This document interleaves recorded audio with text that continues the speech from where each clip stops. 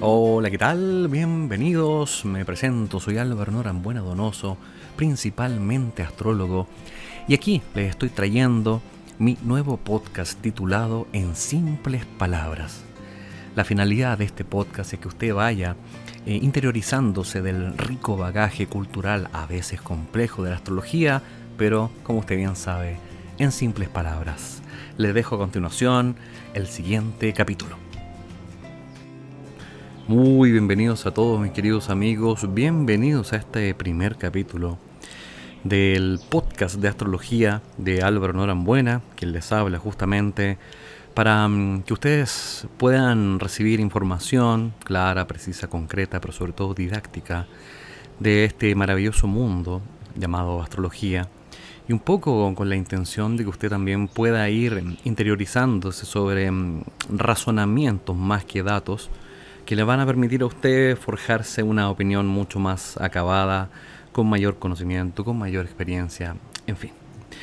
Muy feliz de presentar este primer capítulo. Va a ser una seguidilla, ¿cierto?, de información que transmitiremos en conjunto vía podcast por Spotify y también vía YouTube, como ustedes me están viendo por ahí en YouTube. Así entonces, damos comienzo a un tema que, bueno, usualmente cuando uno se pregunta hacer un capítulo número 1 de cualquier cosa, creo que es fundamental sentar las bases de lo que se trata la astrología, y un poco también graficada en el libro que acabo de publicar, conocido como Tu Mapa Astral. Podrán encontrar también esta información, básicamente entendiendo que la astrología es una disciplina milenaria. Tiene ya, los orígenes se remontan probablemente dependiendo de la civilización que haya formulado el principio básico de cada astrología. Para hacérselo simple, mis queridos amigos, convengamos que las más populares astrologías que usted podrá encontrar serán básicamente tres: astrología china, astrología védica y astrología babilónica, incluso llamada tropical, bien, que es la que yo practico por lo demás. Claramente la observación de los cielos es atingente a la naturaleza humana. Hay muchas también civilizaciones o incluso pueblos, tribus incluso, que ya acostumbraban a observar el cielo en la antigüedad.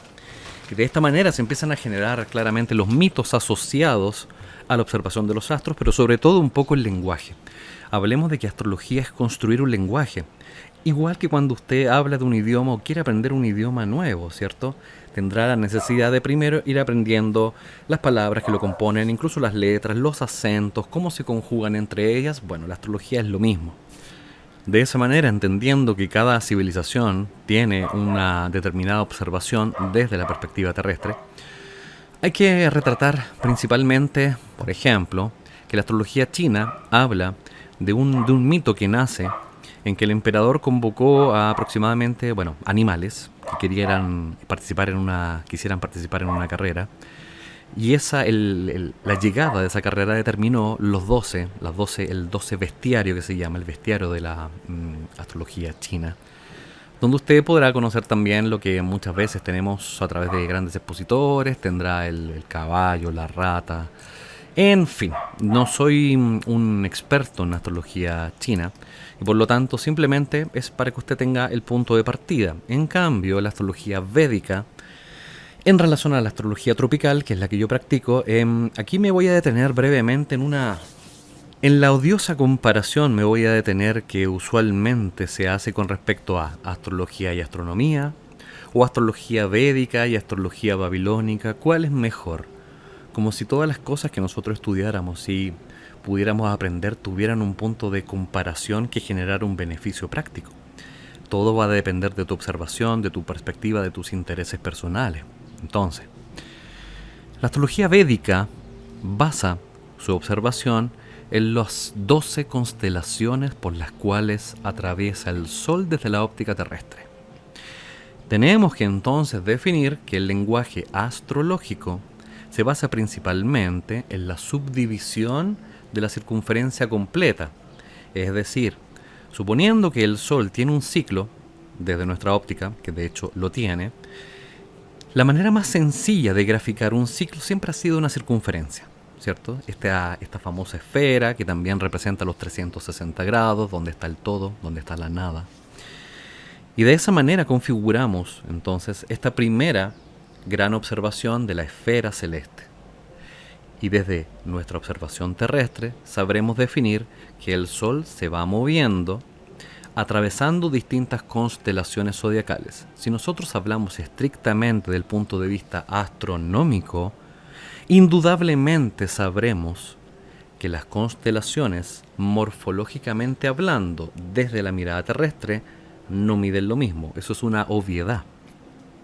De hecho, si pudiéramos incluso acercarnos a las estrellas que componen las constelaciones, nos daríamos cuenta que efectivamente una estrella está a kilómetros, millares de distancias unas de las otras.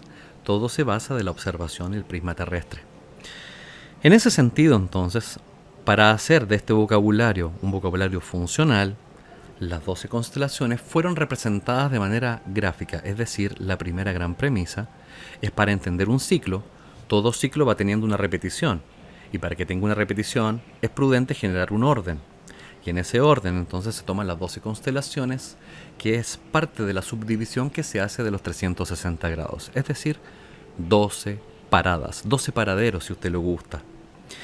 Y por ende, desde la astrología védica, que tiene su base en la antigua India, muy ligado a la religión del hinduismo, a la astrología védica le importa determinar exactamente la posición física del Sol desde la mirada terrestre, en qué lugar puntual se ha posicionado este Sol en cada constelación zodiacal. Recordando, amigos míos, que ya cada constelación zodiacal mide exactamente 30 grados, ¿ya? Que resulta de la subdivisión de 360 grados. Por lo tanto, ya empezamos a hablar de un lenguaje simbólico. 30 grados mide en el lenguaje astrológico, no mide desde la percepción terrestre morfológicamente hablando. Ya, bien. Aclarado este punto, a la astrología védica le importa mucho la observación puntual desde el Sol que va posicionándose en las distintas constelaciones, pero que sin embargo, transcurridos milenios de años, eras por lo demás, es preciso puntualizar sobre un fenómeno conocida como la precesión de los equinoccios. Yo sé que más de alguno ha escuchado lo que es la terminología conocida como las eras. De hecho, está tan de moda el entender que estamos transitando la era de Acuario, ¿cierto? Que venimos saliendo de la era de Piscis. Y justamente yo también soy de los que piensa que estamos en un proceso de traslape de ambas eras. Las eras son una medición de tiempo donde el equinoccio de primavera en el hemisferio norte se produce en un signo determinado, y este punto, llamado punto vernal, este punto se va moviendo, transitando por cada constelación zodiacal. Recuerde, tenga en la mente que una constelación mide 30 grados. Se mueve a razón de 72 años por 1 grado. ¿Ya? O sea, la multiplicación es simple acá. Para determinar la medida de tiempo en que se va a producir el equinoccio vernal, cada vez que tenemos un ciclo repetido, este puntito se va a ir desplazando entonces a razón de 1 grado cada 72 años. ¿Bien? Por lo tanto, las eras son simplemente la constitución de multiplicar 72 años por 30 grados. Esto les va a dar un número, quiero aproximarme para que sea más sencillo, un número redondo de 2160 años, que es finalmente el número que equivale a una era. ¿Ya? Cada era posee 2160 años.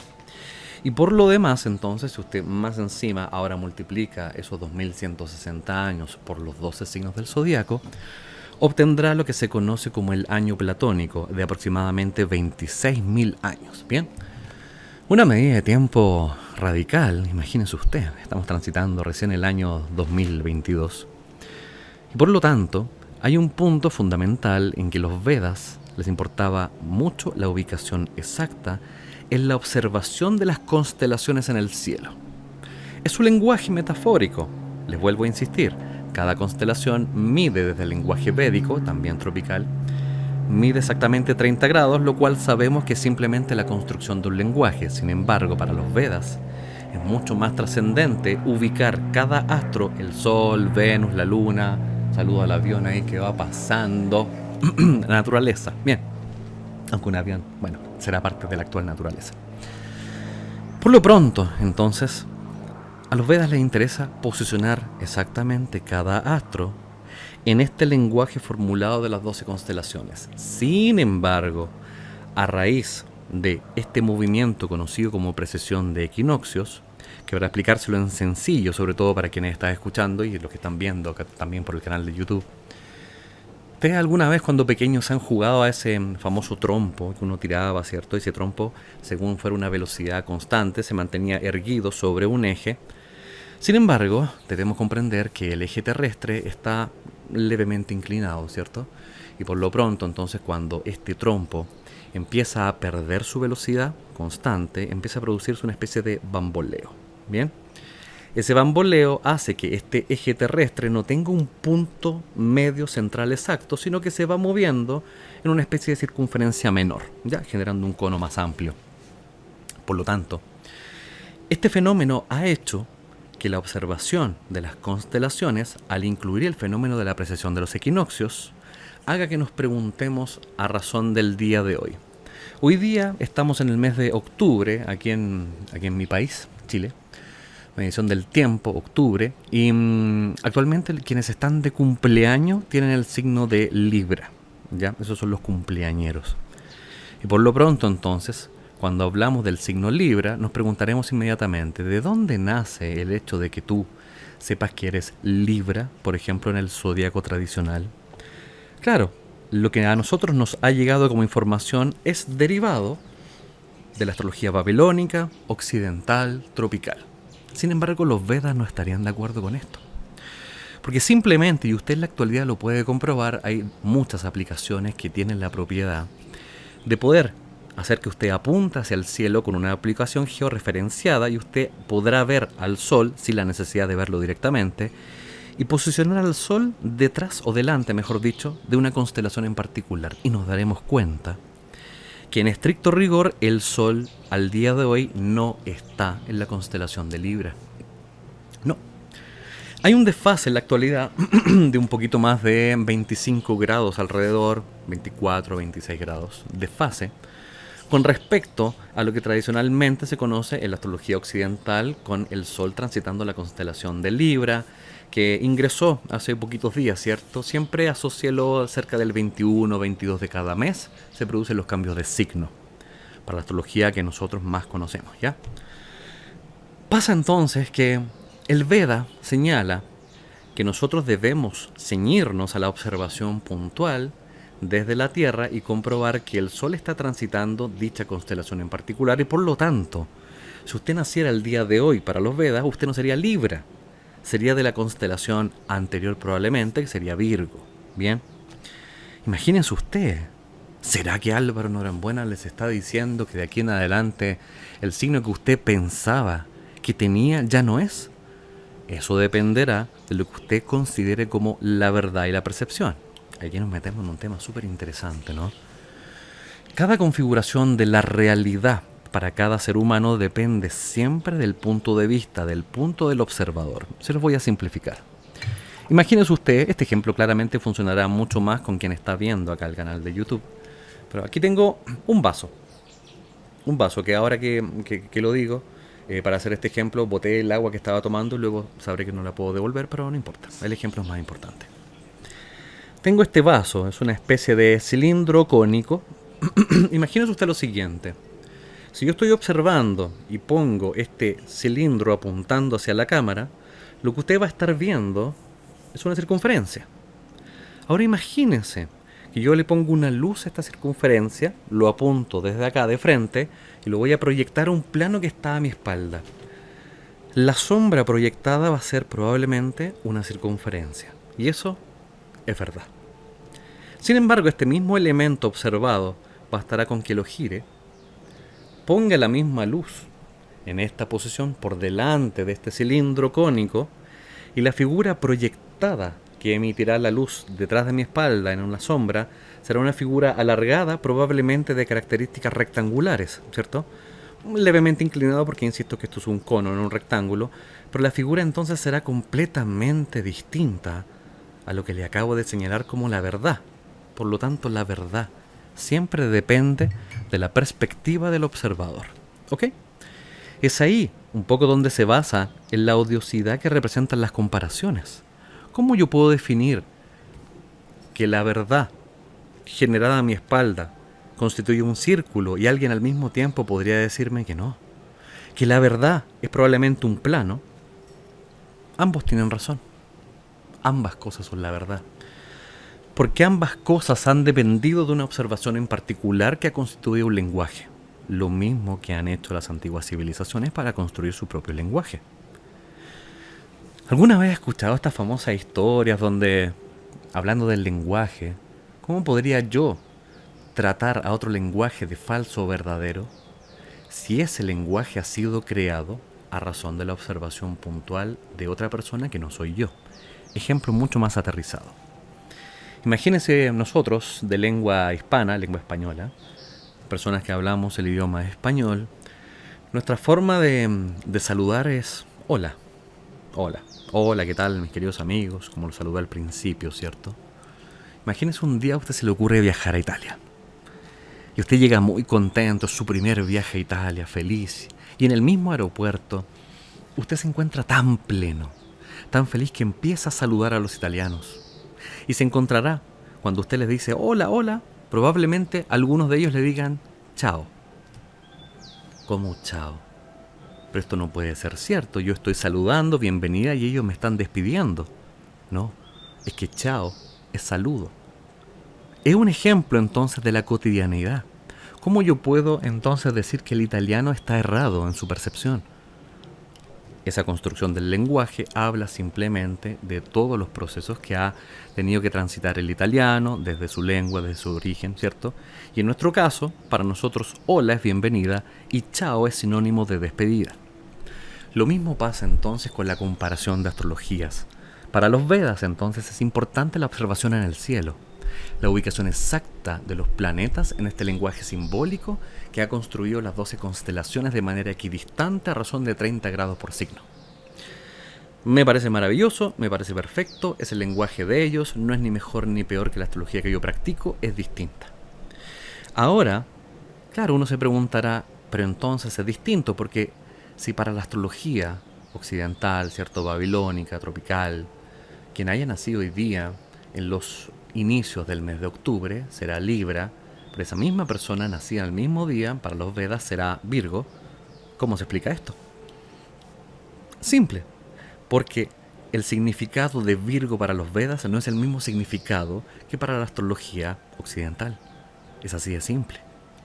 Por lo tanto, le invito a no generar esa comparación porque usted está cayendo en un error semántico, en un error de desconocimiento, un error perceptual.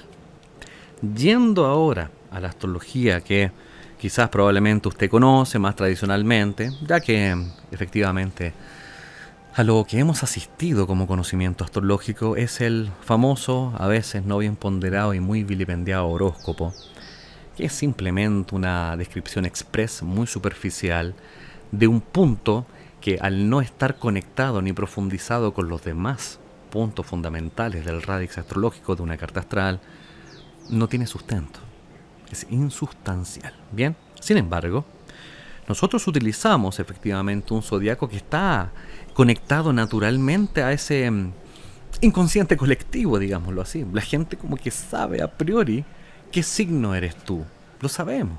Como sabemos dar nuestro root probablemente, sabemos la ciudad en que nacemos, sabemos nuestro signo zodiacal.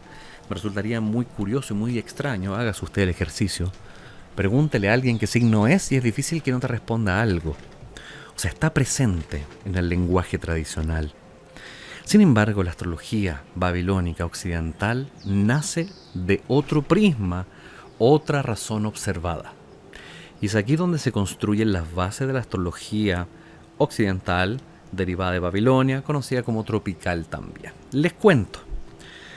Tenemos las mismas 12 constelaciones, es decir, la misma circunferencia perfecta, el ciclo perfecto de 360 grados, subdivididas en 12 partes iguales. Y les voy a contar por qué. E incluso, les voy a contar que el asunto observado importante para nuestra astrología ya no son las constelaciones en el cielo, en el lenguaje simbólico. No, no, no. Es el sol.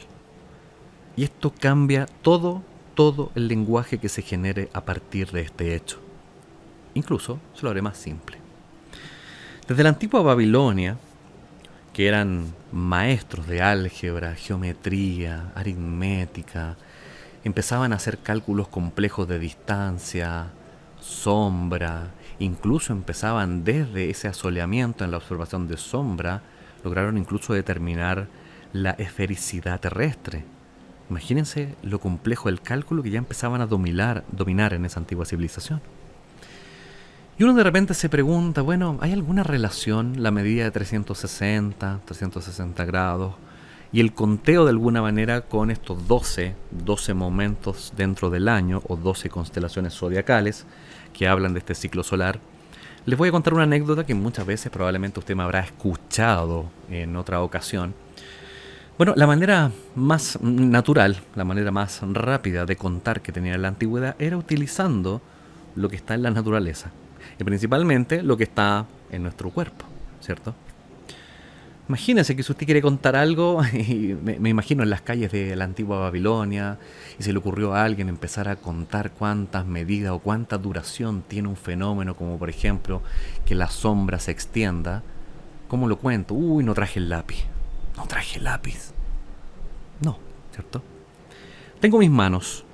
Entonces los babilónicos determinaron que en una mano, yo voy a utilizar mi mano derecha, el pulgar va a ser el dedo que va a servir como lápiz, como que va a apuntar, ¿cierto?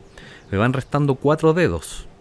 Las falanges de los dedos, si usted se da cuenta en cámara y para quien me está escuchando, tienen una división en 3, ¿cierto? Es decir, yo puedo doblar cada dedo en 3 partes. 2 partes, mejor dicho, y 3 partes son las que se componen el todo. O sea, hay 2 dobleces, 3 partes, ¿bien? Entonces ya tenemos en cada dedo 3, luego 3, 3, 3. Es decir, 3 por 4, 3, 6, 9, 12. Es aquí donde nace entonces el famoso número 12 para todo.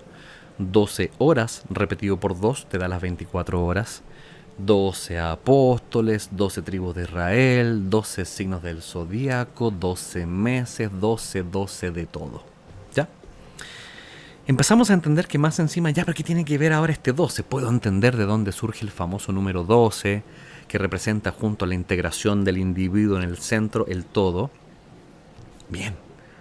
O sea, ahora puedo entender por qué la circunferencia, que es la esfera perfecta, el todo, la nada, ahora ha sido dividida en 12 partes iguales porque tiene que ver un poco con este conteo que tienen las mediciones de tiempo. Incluso la sumatoria de 12 te da un número que es el número 3, que es uno de los grandes números esenciales como lo estudiaba Nikola Tesla, el 3, 6 y el 9. Ahora bien, ¿cómo llego al 60? ¿Cierto? ¿Cómo llego al 60 y empiezo a generar múltiplos que incluso me lleven a los 360 grados? Usted tiene la otra mano. Entonces con el mismo pulgar, que ya puedo contar hasta 12, ahora le agrego la mano izquierda. 12 por 1, un dedito. 12 por 2, 24. 12 por 3, 36. 12 por 4, hasta 12 por 5, 60.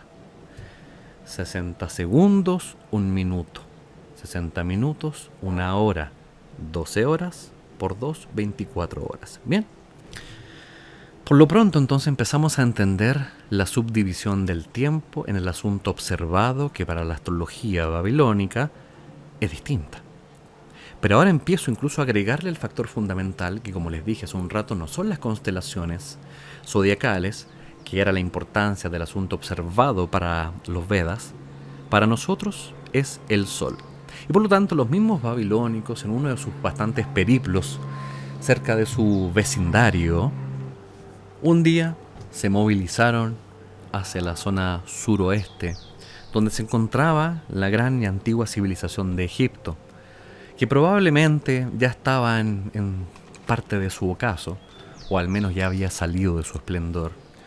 Llegan los babilónicos a visitar las inmediaciones de Egipto y se encuentran con la rica cultura ancestral del Gran Egipto. E incluso se encuentran claramente con todos sus procesos de observación, que les insisto, que es distinto el asunto observado de una civilización al asunto observado de otra civilización, y ahí es donde se produce la riqueza del bagaje cultural. Bien. Por ende, llegan a Egipto y yo creo que lo que más les llama la atención, además de esta construcción magnánima, que son las pirámides, las 3 grandes pirámides de la planicie de Gizeh, también incluso la esfinge que estaba ahí marcando un punto que probablemente algún día les contaré, que tiene que ver con el concepto de las eras. Se empiezan a parar a observar. Primero se dan cuenta de la geometría perfecta de la construcción de las pirámides, que constantemente incluyen el famoso número áureo, la proporción áurea. Y es curioso, ¿cómo construyeron esto? Yo me lo sigo preguntando hasta el día de hoy. ¿Cómo nosotros en la actualidad pensamos desde la visión de que el tiempo fuera lineal y por lo tanto al día de hoy, octubre de 2022, fuéramos o estuviéramos en el momento más evolucionado tecnológicamente que alguna vez el ser humano ha alcanzado? Dígame si no. Creemos que somos lo máximo, que las tecnologías ahora son pero impresionantes. Ya construyanse una pirámide entonces. No, no hay tecnología para construir una pirámide. ¿Pero cómo entonces? ¿Y cómo lo hicieron los egipcios? ¿Con cincel, piedra? ¿De verdad usted cree? Imagínense lo complejo que ni siquiera con las famosas grúas pluma, que lo han intentado, no es posible mover a tal precisión, esculpir a tal precisión que ni siquiera quepa una hoja de papel entre 2 piedras, una construcción que más encima respeta geometría sagrada, numerología, número áureo. También será parte de otro capítulo que les estaré comentando. Llegan los babilónicos acá, se enfrentan a estas pirámides y sobre todo 2 cosas les llaman la atención primordialmente. Primero, la extraña construcción que se encontraba alineada a una constelación puntual en el cielo. Es decir, los egipcios ya construían observando hacia arriba, hacia las estrellas. Estas 3 pirámides tienen una extraña alineación junto con otras pirámides que se han dado también en la cultura azteca, maya principalmente, que es el cinturón de Orión, las 3 Marías que conocemos en la actualidad. Si uno pudiera poner las 3 Marías y el cinturón de Orión posicionado en suelo terrestre como una especie de sombra o manto, estarían perfectamente alineadas las pirámides con estas constelaciones. Curioso, ¿no? O sea, punto 1, los egipcios ya conocen el lenguaje de la observación de los cielos y están incluso generando un lenguaje puntual aquí en la Tierra, como símil. Ya, interesante. Segundo, los babilónicos se dieron cuenta la riqueza mitológica, que la mitología convengamos que es el lenguaje de las antiguas civilizaciones, de carácter muchas veces mágico, pero que traducen las grandes fuerzas de la naturaleza. Se convenía que los fenómenos naturales respondían a el movimiento de algunos dioses que generaban este gran poder, ¿no? Que claramente no están muy alejados de la realidad. La naturaleza es la cosa más poderosa creada alguna vez y más perfecta. Entonces, les llama la atención que cada elemento observado respondía a un dios, y principalmente había uno que era el dios de los dioses, el gran maestro, el gran Horus. Horus es la encarnación del dios Sol en la Tierra. Incluso al Sol le llamaban Ra, ¿cierto? Este es el Sol físico, pero la encarnación terrestre se llamaba Horus. Es ahí donde los babilónicos también empiezan a comprender la importancia que el Sol tenía para los egipcios. Ellos ya lo conocían, pero surgía la necesidad de poder generar la asociación desde la medición del tiempo, como les decía. Y es ahí donde empieza a surgir, medianamente, la construcción del lenguaje simbólico de la astrología babilónica que practicamos en Occidente. Lo importante era que si el Sol es trascendente porque es el dador de vida. El Sol pasa por un ciclo diario, día y noche, y pasa por un ciclo anual, ¿cierto? El Sol tiene un ciclo solar que para los babilónicos entonces respetaba este movimiento, que era pasar por las 12 constelaciones simbólicamente construidas desde el lenguaje astrológico. Sin embargo, un punto interesante era: hay 4 momentos desde el año completo, año solar, que es otra vez la representación de un ciclo, ¿cierto? La misma circunferencia del principio, donde podremos tener el hecho de que cada semana los babilónicos querían observar dónde, en qué lugar, desde la observación terrestre, se producía el punto más alto o cenital en el posicionamiento del Sol observado. O sea, usted imagínese una línea del horizonte, ¿eh? Imagínese estar mirando el mar, la playita, línea del horizonte, y calcular el punto más alto por donde usted percibe al Sol. Ya, ese punto era anotado, consignado, punto cenital. Así lo repitieron, probablemente lo hicieron diariamente, posiblemente con el tiempo simplemente lo repitieron semanalmente. Era para ir teniendo una referencia de este movimiento. Esa es la manera en la cual se empieza a confeccionar lo que se conoce como el analema solar. El analema solar es una especie de figura de carácter infinito, se parece a un infinito, pero que se traduce simplemente en poder transcribir en papel la observación de cada punto cenital del Sol, póngale una vez a la semana. Entonces se empezó a graficar y siempre te va a dar esta figura helicoidal de características simbólicas parecidas al signo del infinito. Y esta figura entonces construida, que se las voy a mostrar, de hecho, a continuación a los que están viendo por vía YouTube, a los que están escuchándome en podcast, pues no lo podrán imaginar. Aparece también en mi último libro. Ahí está entonces el analema solar, ¿cierto? Imagínense un infinito puesto verticalmente. Este analema solar entonces describía el ciclo de la observación del Sol con respecto a la Tierra, entendiendo que el Sol es el dador de vida, el generador de la humanidad, de la existencia. Sin el Sol no hay vida posible y por lo tanto se observó 4 situaciones puntuales y particulares dentro de este ciclo, fundamentales. ¿Por qué? 2 primeros puntos observados tenían que ver en la situación cuando el Sol llegaba a su punto más alto, y cuando dejaba de ascender. Se producía de hecho un par de días donde el Sol parecía detenerse ahí arriba, no ascendía más, y luego empezaba a descender. Ya ese punto, el inicio del momento en que el Sol dejaba de ascender, se le denominó solsticio de verano. Primer punto. Imagínense ahora la situación inversa, cuando el Sol está bajando, y llega un minuto en que no puede bajar más en cuanto a su amplitud de grados desde la observación terrestre. Llega a su punto más bajo, por ahí se queda un par de días hasta volver a ascender. Ese punto, que es el inicio, ¿cierto?, para la observación del hemisferio norte, estará cercano a la fecha del 21 de diciembre. Me permito aclarar que la observación astrológica poco y nada tiene que ver con el calendario gregoriano.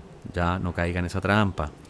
Yo le estoy poniendo acá una fecha porque es lo que conocemos en la medición del tiempo que utilizamos en la actualidad. Para el Sol le importa un comino en qué fecha se posiciona ahí abajo. Bien, ok.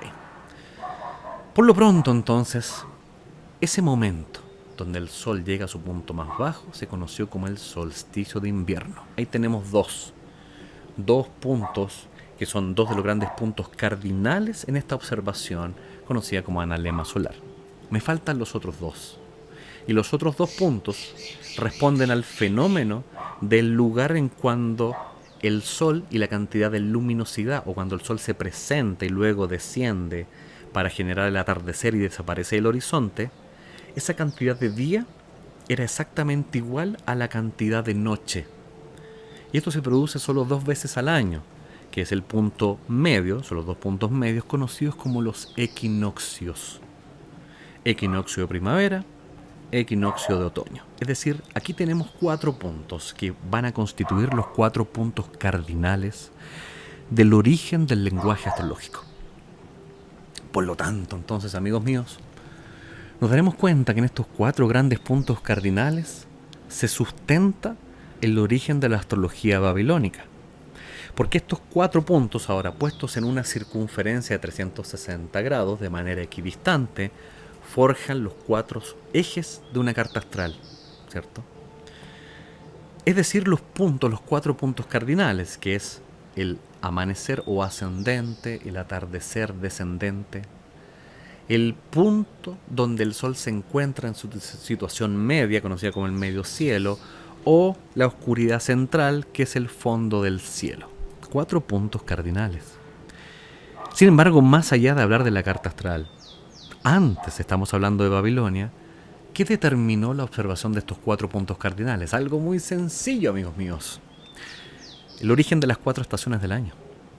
Y las 4 estaciones del año eran la manera más práctica de poder ordenar, organizar y hacer más eficiente el momento en que tú podías entender que era preciso sembrar, cultivar, cosechar, etcétera. La alimentación está fundamentalmente basada en la observación de los ciclos tanto del Sol como de la Luna. Por ende, se entendía de hecho que, a grueso modo, el momento donde la Tierra pareciera estar mucho más fértil, o mejor dicho, cuando florecía, respondía al fenómeno cuando se iniciaba el equinoccio de primavera, que hasta nuestros días sigue funcionando. O sea, aquí estamos entrando en esta preciosa primavera y ya lo que estoy viendo acá detrás de mi espalda, ya se ve vegetación, ese color vivo que tiene la primavera. Qué maravilla de estación, ¿no? La primavera nos trae, de hecho, como comportamiento psicológico, nos trae nuevos brillos, nueva alegría. El sol pareciera estar acompañando constantemente esta estación, la linda primavera. Tantas odas, tantas canciones, tantas obras se han construido en torno a este momento del año. Bien, probablemente el verano está asociado rápidamente al goce. En el verano, imagínese usted que usted ya tenía en sus manos el resultado de la productividad de la naturaleza. Y era el minuto donde más encima, entendiendo que el sol es dador de vida, nos encontramos en un momento de celebración máxima. Esta asociación usted la puede hacer inmediatamente, la contemporaneidad, basada en, por ejemplo, los mayores altos índices de suicidio se producen en ciudades donde se conflictúa la observación directa del sol, o la falta de luminosidad, que ya claramente se sabe que está asociado al déficit de ciertas vitaminas, y etcétera, etcétera, etcétera. Bien. Entonces, alguien pensaba, bueno, ¿y el otoño? El otoño, la misma naturaleza te avisa, cuando empiezan a caerse las hojitas, que está de alguna manera traduciéndote que es momento de renovar algo, se está generando naturalmente el abono para la tierra para que usted siembre, pues amigo mío, siembre. Porque va a llegar el invierno, va a llegar el solsticio de invierno y te va a costar mucho poder generar gran cantidad de sustento y alimento para tu civilización. Por lo tanto, esta subdivisión de los 4 puntos cardinales generó un orden preciso en el funcionamiento de los recursos que los seres humanos podían adecuarse para poder generar mayor productividad. Entonces me pregunto, este sistema está basado, se da cuenta, ya no en las constelaciones de ahí arriba, sino que en el posicionamiento del Sol. Y por lo tanto, cada vez que el Sol se posicione, por ejemplo, en el equinoccio de primavera, eso va a marcar el inicio de una etapa. Independientemente que en los cielos tengamos un leve desfase para el vocabulario astrológico babilónico, la posición del Sol es lo que marca el ritmo de la medición. Más allá de eso, entonces, amigos míos, siempre lo cuento de manera anecdótica, probablemente nunca fue así, pero me gusta transmitírselo a mis queridos estudiantes de esta manera. Imagínese usted ahora que tiene las 4 estaciones del año, ¿cierto? Y se genera una optimización en el funcionamiento humano, social, ¿cierto? Sin embargo, tenga presente que cada constelación zodiacal tiene 30 grados, lo que es casi igual a 30 días, casi. Y por lo tanto, una estación aglutina a 3 signos del zodiaco. ¿Ya? Son 4 estaciones, 3 por 4, 12. Y nosotros mismos nos hemos dado cuenta que cuando, por ejemplo, se inicia la primavera, fíjese que uno empieza a verlo en las calles. Aparecen el florecimiento, aparecen las abejitas cada vez más escasas. Se empieza a ver incluso el color en la ciudad. Pero todavía hace frío. Todavía hace frío y llegan las tardes, las noches de primavera, los más friolentos todavía conectados y enchufados a su estufa, ¿cierto? Otros no se quitarán el abrigo, la parca probablemente, algún overol. Claro, las noches del inicio de la primavera siguen siendo bastante frías, ¿eh? Incluso el ropaje de cama sigue siendo amplio. Sin embargo, al transcurrir la estación y mientras más nos vamos acercando al solsticio de verano, ahí pareciera que la primavera es como el presagio y la antesala al verano.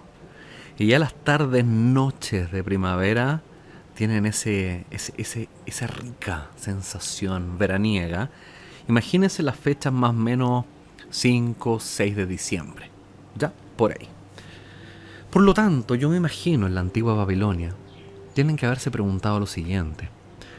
Si nuestro afán es ser cada vez más específicos, en que cada momento del año tiene un mensaje puntual para transmitirte, y no es lo mismo, a pesar de estar en la misma estación de primavera, no es lo mismo estar en el inicio de la primavera que en el final de la primavera, porque eso va a traducirse en un comportamiento social levemente distinto también.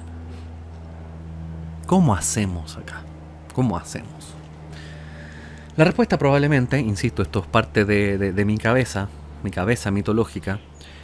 Supongo que se llega entonces a algún acuerdo donde necesitamos volver a subdividir cada estación.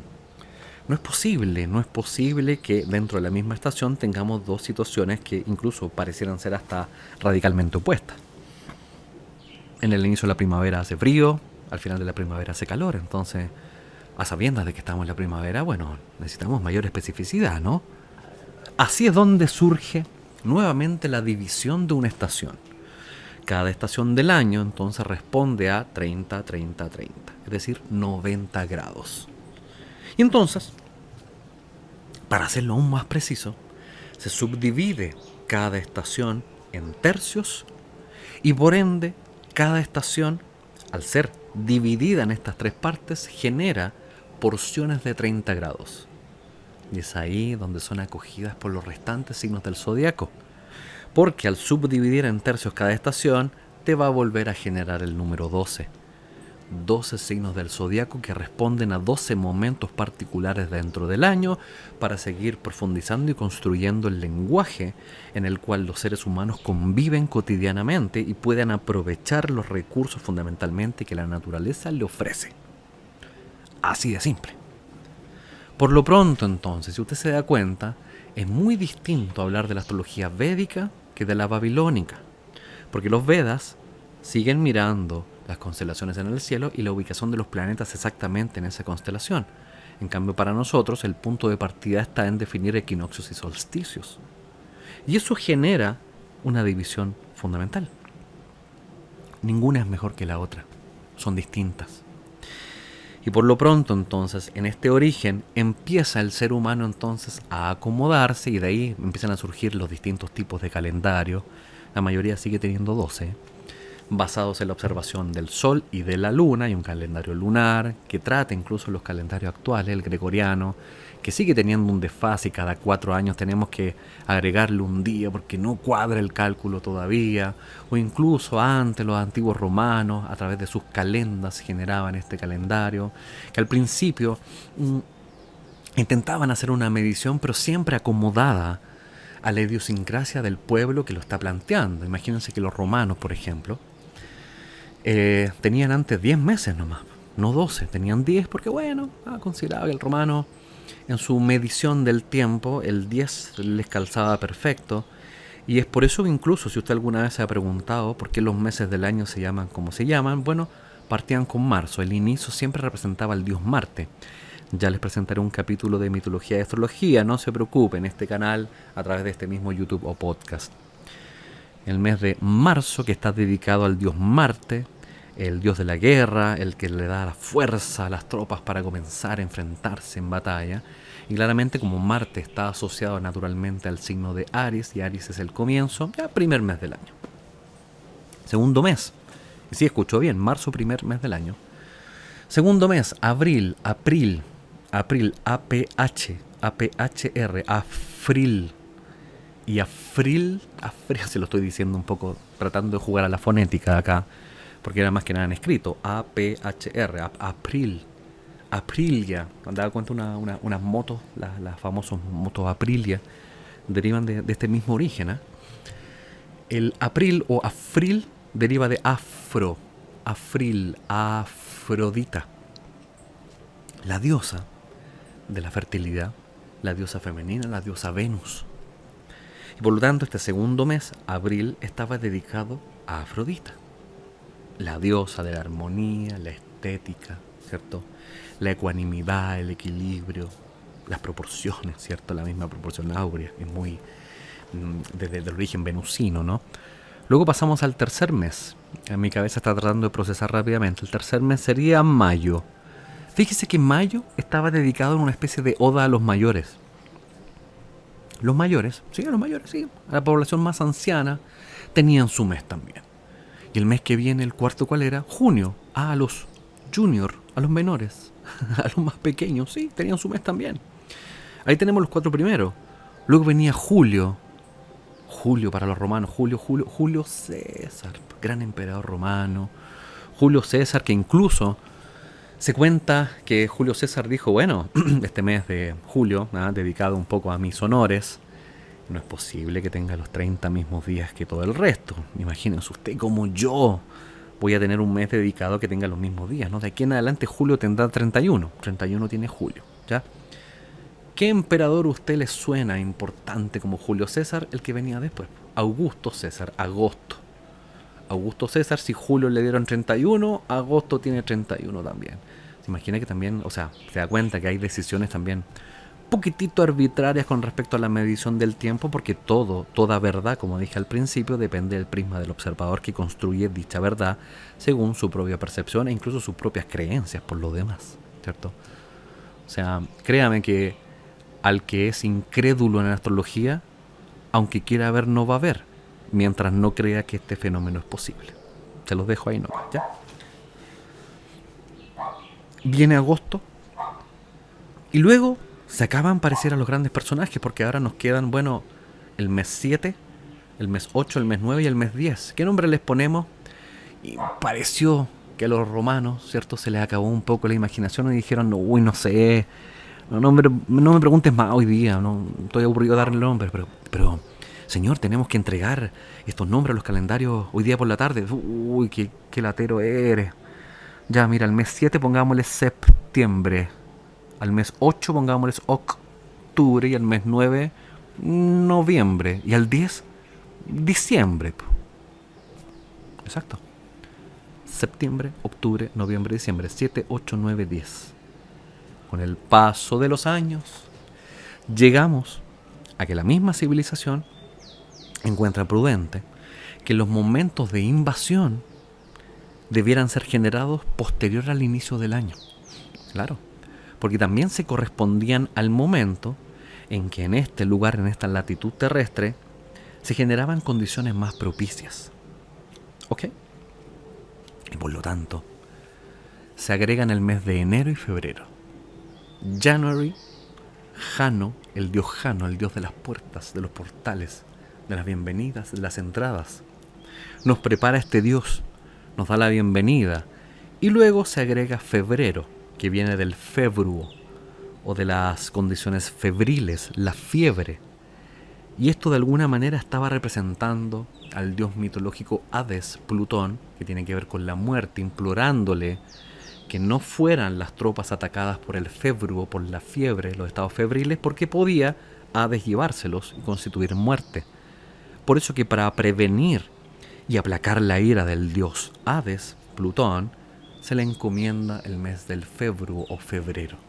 Y ahí se constituye entonces otro lenguaje simbólico que tiene que ver con la medición del tiempo y que otra vez da como resultante el 12.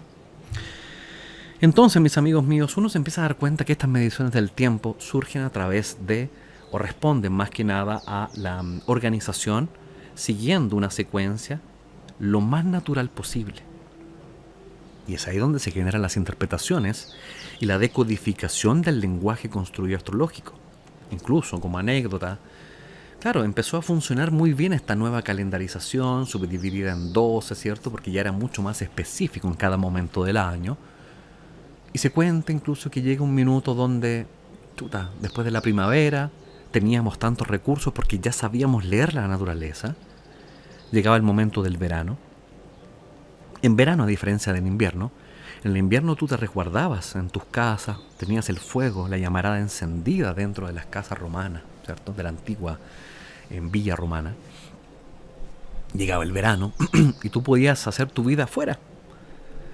A diferencia de antes, que no tan solo sociabilizabas, ahora adicionalmente teníamos recursos en nuestra mano. Recursos naturales, vegetales. El problema era que si tú no compartías, tú no alcanzabas a comerte todos tus recursos y estos se podrían. Ahí es donde se genera la sensación de plenitud, es decir, si ya tengo adicionalmente y me empieza a sobrar, algo tengo que hacer. En aquel entonces probablemente en aquella instancia, tenían primero vida social externa en verano, tenían muchos recursos y tenían mucho tiempo libre. Tiempo libre porque efectivamente no había mayores quehaceres más, lo que tenía que ver con el cultivo, el arado, se aprovechaba mucho más el tiempo disponible, sobre todo para hacer actividades que tuvieran que ver con tu hobby. Resulta muy curioso que yo les mencione esto, porque en el tiempo actual pareciera ser premiado todo lo contrario, la productividad al máximo, y eso es bien valorado, generando nuestra natural disociación con los momentos de placer. ¿Se ha dado cuenta que cuando usted, por ejemplo, empieza a decidir, elegir tener más tiempo libre de placer, ya muchas veces ese tiempo es culposo para usted? Uy, debería haber hecho algo productivo, la gente me va a apuntar con el dedo, me va a tachar de flojo. Imagínense cómo son las cosas, cómo cambian.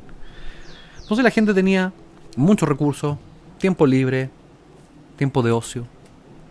Entonces, ¿qué puedo hacer para aprovechar más esto? Tengo recursos de sobra. Nace el intercambio. El intercambio respondía simplemente a saber que si yo tengo mucho de esto, lo puedo negociar contigo, lo puedo transar contigo, tú me das lo que tú tienes que yo no tengo.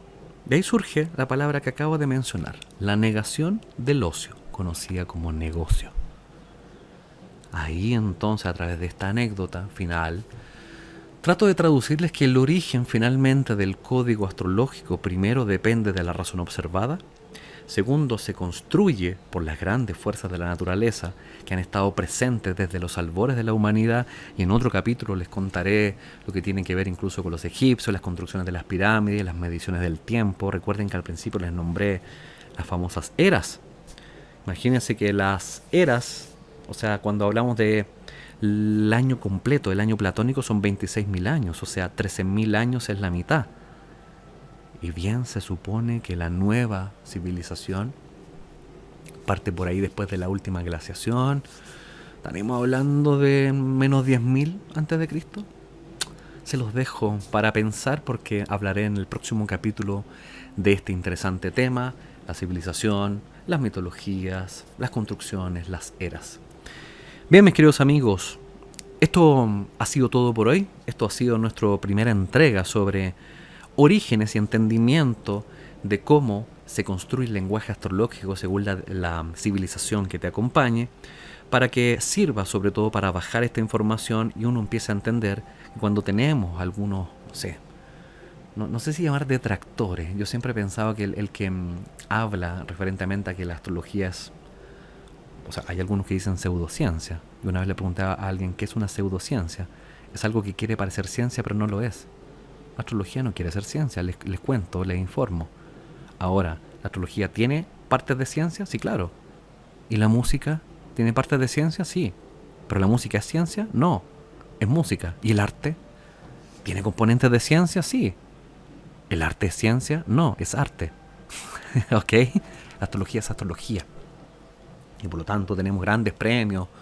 Un premio nacional que le gusta hablar de astrología desde su desconocimiento, incluso una astróloga Nobel chiquitita aquí en Chile, que ha publicado algunos libros que también denota desde su ignorancia y su desconocimiento, que la astrología es una pseudociencia que no tiene ninguna comprobación. Primera apuesta que yo tengo, ninguno de ellos ha pasado por una interpretación de una carta astral o un trabajo serio con un astrólogo profesional. Uno, ya, ni siquiera deben saber de qué se trata, como yo tampoco sé el lenguaje astronómico, no tengo idea.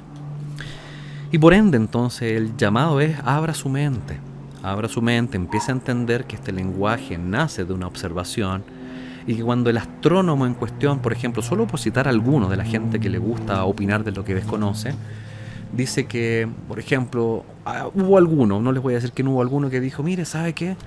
yo nací el mismo día que Iván Zamorano y yo no soy bueno para la pelota, y él sí. Bueno, eso raya en lo ridículo, lo digo desde ya, raya en lo ridículo, porque tú naciste en un año distinto, en una latitud distinta e incluso bajo un seno familiar distinto que empieza a configurar tu accionar como ser humano. Será materia de un siguiente capítulo. Amigos míos, muchas gracias por estar en esta primera jornada del podcast de astrología de la mano de Álvaro Norambuena. Nos veremos para la próxima. Arrivederci. Chao, chao.